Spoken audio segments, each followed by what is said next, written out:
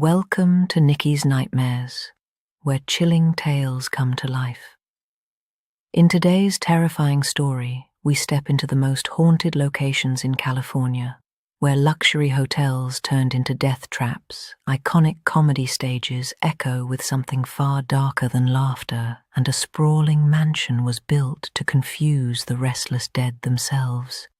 From the infamous Cecil Hotel, where tragedy and unexplained deaths have left a permanent stain, to the shadow-filled halls of the Comedy Store, where voices are heard long after the stage goes silent, to the ever-shifting labyrinth of the Winchester Mystery House, built under the belief that spirits demanded it.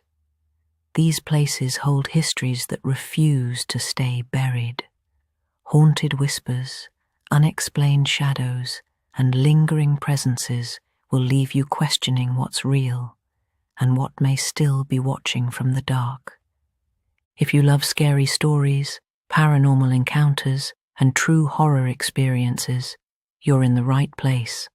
Make sure to like, subscribe, and join me as we delve into the deep, dark, and the mysterious.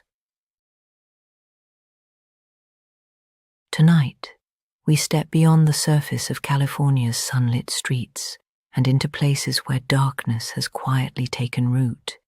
Beneath the glow of neon lights and the illusion of glamour, there are locations that have witnessed something far more disturbing.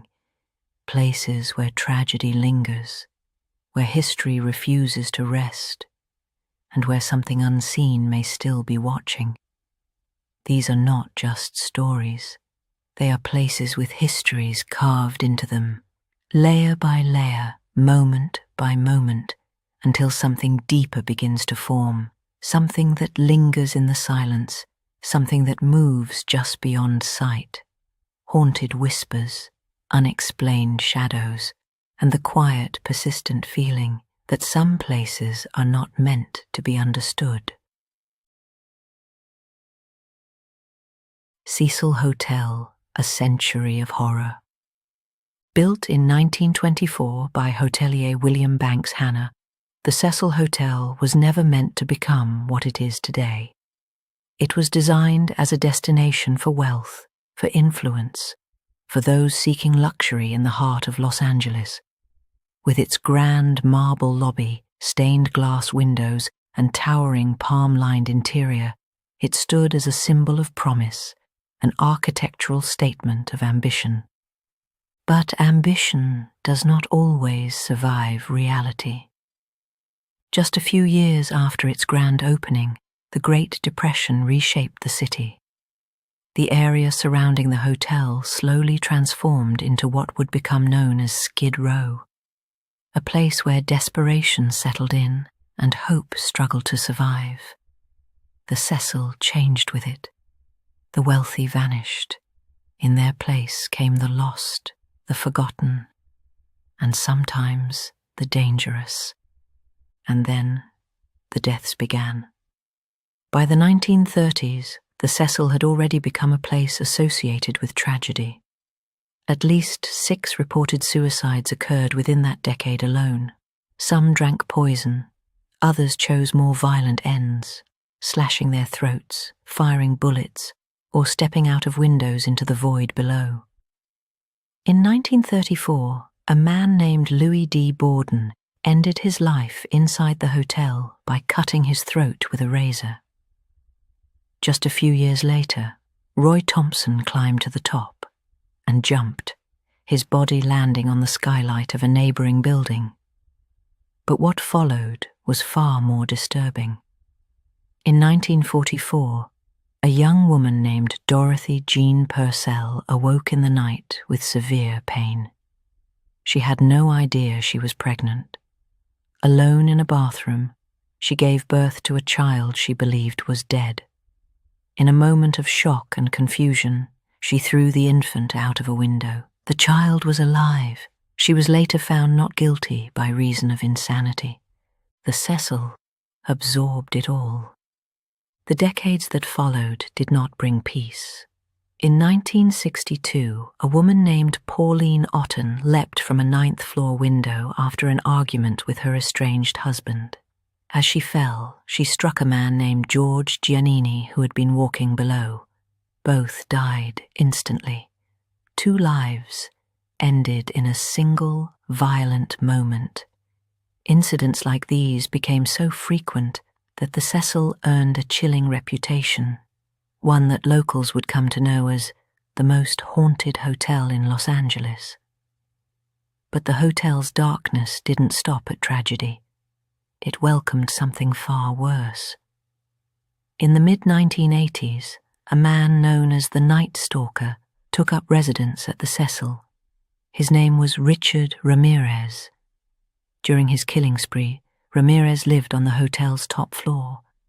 After committing his crimes, he would return to the Cecil, sometimes covered in blood, sometimes wearing almost nothing at all. And yet, in that environment, he barely stood out. The chaos surrounding the hotel had become so normalized that even a serial killer could blend into the background.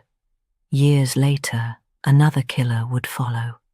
In 1991, Austrian murderer Jack Unterweger stayed at the Cecil while targeting women in the surrounding area. Some believe he chose the hotel specifically because of its connection to Ramirez, as if the darkness there called to him or welcomed him. Not every death at the Cecil has an explanation. Some remain unresolved. A woman known as Goldie Osgood, nicknamed Pigeon Goldie, was found brutally murdered in her room. She had been beaten, stabbed, and assaulted. A suspect was identified, but later released. No one was ever convicted. Her case remains open. Then there's the connection to one of Los Angeles's most infamous unsolved murders, the Black Dahlia. Elizabeth Short was reportedly seen at the Cecil shortly before her body was discovered in 1947, severed, mutilated, left in a vacant lot. Though her killer was never found, her story became permanently tied to the hotel's already growing legend. But perhaps the most chilling case is the one that feels the most recent. In 2013, a young Canadian student named Elisa Lam vanished while staying at the Cecil. Weeks later, guests began complaining about strange water, low pressure, an unusual taste. Maintenance workers were sent to investigate. What they found was her body. Elisa Lam had been discovered inside one of the hotel's rooftop water tanks. But it wasn't just her death that disturbed people. It was the video. Surveillance footage from the hotel's elevator showed Lam behaving in ways that defied explanation. She stepped in and out repeatedly, pressed multiple buttons, spoke to someone who wasn't there, hid as if she were being watched or followed. The footage spread across the internet, sparking theories that ranged from psychological distress to something far more sinister. Authorities ruled her death an accident. Not everyone believed them. By the time the Cecil attempted to escape its past, it was already too late. In 2011, it rebranded itself as Stay on Main, hoping to distance itself from decades of horror. But the name change did nothing to erase what had already happened within those walls. The stories remained, the deaths remained, and so did the reputation. Even today, despite renovations and its transformation into affordable housing, the Cecil Hotel continues to exist under a shadow it cannot shake.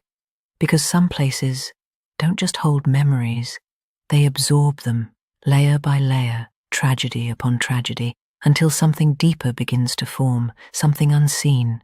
Maybe it's coincidence, maybe it's the result of circumstance, of location, of the people drawn there in moments of desperation.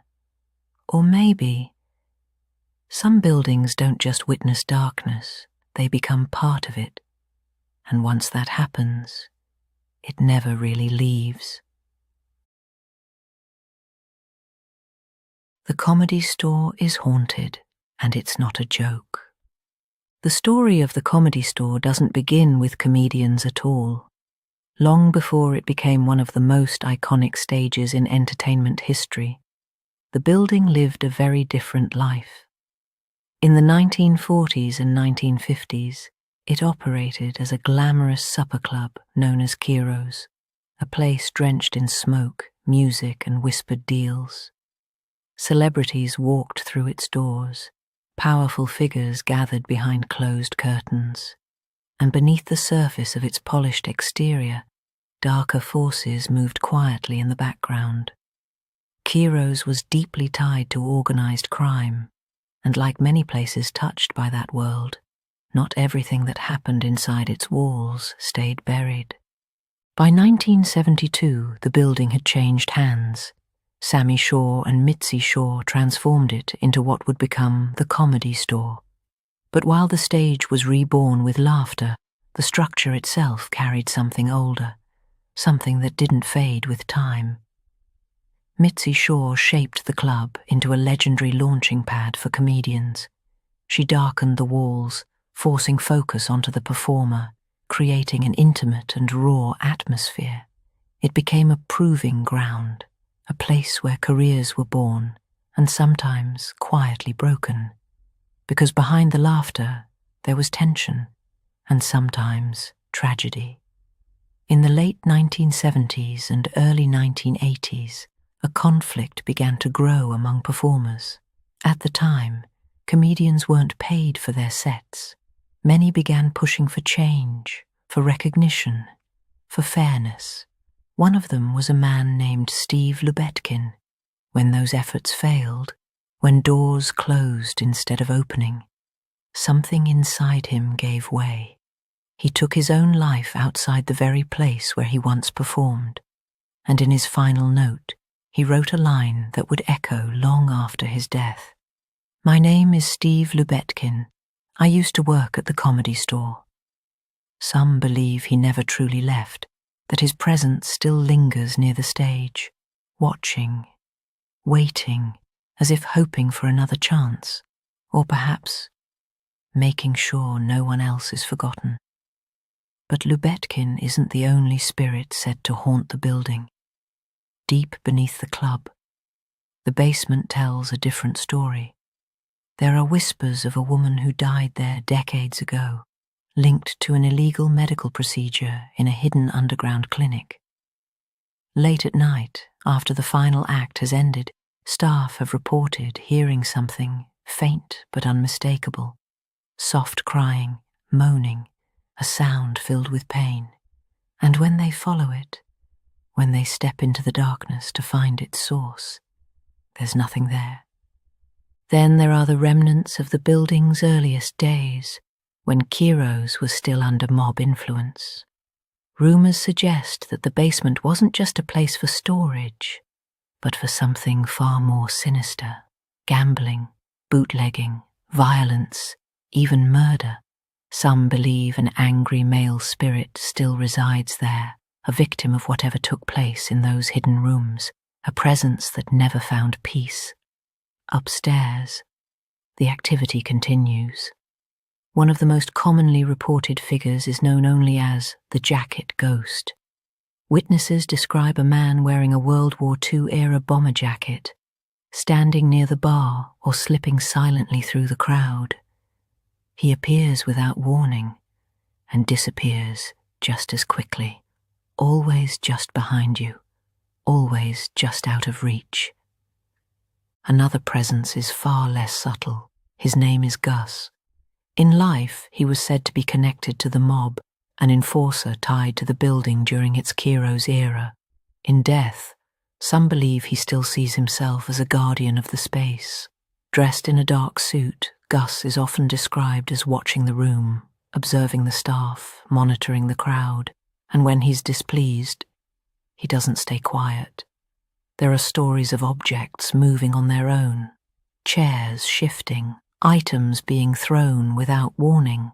In one account, after a comedian mocked the idea of ghosts on stage, an ashtray reportedly lifted into the air and hurled itself toward him. A warning or a reminder. The activity doesn't stop there. Staff members have returned to find rooms completely rearranged, chairs stacked in impossible positions, tables disturbed, as if someone or something had undone their work, candles extinguished, only to relight themselves moments later, bar stools sliding across the floor with no one near them, and in the quiet moments, when the club should be empty, there are sounds, footsteps, movement, even faint piano notes played in an otherwise silent room. For years, some dismissed these stories as imagination, the result of long nights, creative minds, and the suggestive power of legend, until the skeptics started experiencing things for themselves. One such account came from a man who didn't believe in any of it, a practical thinker, a business-minded observer. He saw a man walk past him, dressed in clothing from another era. The figure entered a nearby office without a word. When he followed, the room was empty, no one inside, no way out. And yet, perhaps the most unsettling place remains the basement. Even today, people avoid going down there alone, not because of what they've seen, but because of what they feel. An unease that settles in without explanation, a heaviness in the air, the sense that something is watching, just beyond the edge of sight. Some claim to hear distant screams, others notice strange smells, appearing without warning, then vanishing just as quickly. Whatever remains down there feels different. Over time, sightings have become less frequent. Some say it's because of changing technology, constant surveillance, the presence of cameras everywhere. Others believe something else entirely, that whatever inhabits the comedy store doesn't need to be seen anymore, because it's already part of the place itself. Today, the club still stands as one of the most iconic comedy venues in the world. It has launched careers, created legends, and filled countless nights with laughter. But beneath that laughter, there are echoes of tragedy, of violence, of lives that ended too soon and never truly moved on. Maybe it's all coincidence, maybe it's just stories passed down and reshaped over time, or maybe, when the final joke lands and the room falls silent, the ones still listening aren't part of the audience anymore, and the next time you find yourself laughing in a dark room, you might want to ask yourself, who else is laughing with you? Inside the Winchester Nightmare. It begins, as many dark stories do, with loss. In the late 19th century, Sarah Winchester was no stranger to tragedy. Her infant daughter died shortly after birth, and years later, her husband, William Wirt Winchester, succumbed to tuberculosis. What remained was an immense fortune, and a silence that grief could not fill. That fortune had been built on the success of the Winchester rifle, often called the gun that won the West. A weapon that shaped history and, according to legend, took countless lives. And that is where the whispers begin. Some say that after her husband's death in 1881, Sarah sought guidance from a spiritualist, someone who claimed that the spirits of those killed by the rifle were now seeking vengeance. The message she allegedly received was simple and terrifying. If she wished to survive, she must leave her home behind, travel west, and build. Build without stopping, build for the dead. In 1884, Sarah arrived in San Jose and purchased a modest, unfinished farmhouse. But what began as a simple structure would soon evolve into something far more disturbing. There were no master plans, no blueprints, only constant construction. Day after day, year after year, the sound of hammers echoed through the halls. Carpenters worked in shifts, ensuring that the house was never silent, never still. And as time passed, the house began to change.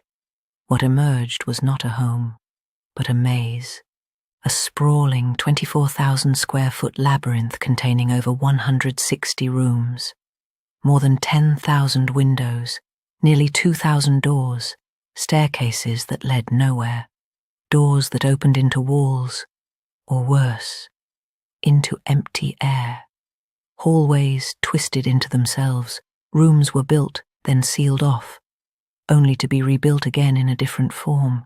It was as if the house itself was alive, shifting, evolving, refusing to settle. Some believed this chaos had a purpose, that the design was meant to confuse the spirits, to trap them, or to keep them from ever finding her. But not all explanations are supernatural. Historians suggest that Sarah Winchester was an intelligent and private woman with a deep interest in architecture. The house, they argue, was not built out of fear, but out of creativity, adaptation, and perhaps even necessity. Earthquake damage, constant renovations, and evolving ideas may explain the strange design. And yet, even logic struggles to explain everything, because those who walk the halls today often report something else, something watching. Visitors and staff alike have described doors slowly opening on their own, as if welcoming or warning those who approach. Windows slam shut without wind. Footsteps echo through empty corridors. Voices are heard in rooms that should be silent. Some claim they've seen her, a figure dressed in black, moving through the shadows, always just out of reach. Others speak of an overwhelming sensation, the feeling of not being alone, even when every room appears empty. As one account describes, it is not the sounds that unsettle you the most. It's the awareness, the quiet certainty that something is aware of you. The legend of the house grew stronger after Sarah's death in 1922. Construction stopped immediately, as if the force driving it had vanished in an instant. The unfinished rooms were left exactly as they were, tools abandoned, plans unfulfilled. Soon after, the house was opened to the public, and the stories spread. Newspapers fueled the mystery with dramatic headlines calling it a spirit house. Tales of curses, seances, and restless souls became inseparable from the structure itself. Over time, the line between history and myth blurred. Was Sarah truly building to appease the dead, or was she simply a woman coping with unimaginable loss in the only way she knew how? Perhaps the truth lies somewhere in between. Because even if the legends are exaggerated, even if the spirits are only stories, there is something undeniably unsettling about a house that was never meant to be finished, a place where construction never stopped, until death itself intervened, a place designed without direction, yet filled with intention, and a place where, even now, people claim you are never truly alone.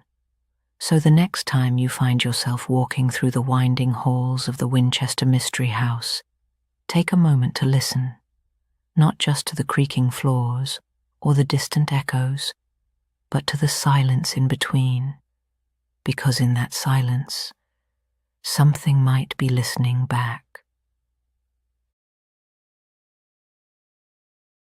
The story ends here, but the terror does not. Join me again. Like, comment, and subscribe if you dare.